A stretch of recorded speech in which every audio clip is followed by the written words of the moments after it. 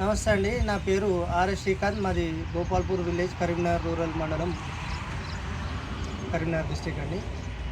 నేను గత 5-6 సంవత్సరాల నుండి వ్యవసాయం చేస్తూ ఉన్నాను.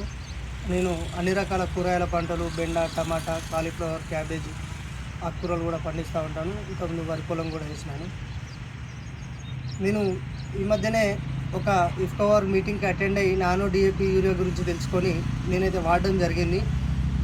నానో డిఏపి నేను బెండ చెట్లలో మొదటగా వాడినప్పుడు మంచి రిజల్ట్ అనేది నాకు కనబడింది.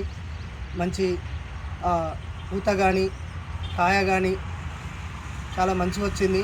రైతులందరూ కూడా ఈ యొక్క నానో డిఏపి యూరియా వాడుకోవచ్చు, ఎలాంటి అపోహ లేకుండా అని చెప్పి నేను మీ అందరికీ తెలియజేస్తూ ఉన్నాను. అలాగే ఇట్టి నానో డిఏపి మనం ఎలాంటి పురుగు మందుల్లోనైనా కలుపుకొని కూడా వాడవచ్చు. మనం చూసుకున్నట్టయితే ఒక్క డిఏపి బస్తా 1350-1400 రూపాయలు ఉన్నది. అదే మనకు ఈ నానో డిఏపి అనేది మనకి లిక్విడ్ రూపంలో దొరుకుతుంది కాబట్టి ఇది కేవలం మనకి 600 రూపాయలలో దొరుకుతుంది. అదే 1300-1400 రూపాయలు పెట్టేదానికి, మనం బస్తా పెట్టేదానికి ఇది మనకు 2 బాటిల్స్ వస్తుంది. సో రైతులు ఇది కూడా గమనించవచ్చు. మనకు డబ్బు కూడా ఆదా అవుతుంది. మనకు ఆ హెవీగా మూతకోలు అనేది ఉండదు, మోసుకొచ్చుకోవడం మనం ఈజీగా, క్యారింగ్ కూడా ఈజీగా ఉంటుంది. జేబులలో కూడా పెట్టుకొని వెళ్ళొచ్చు.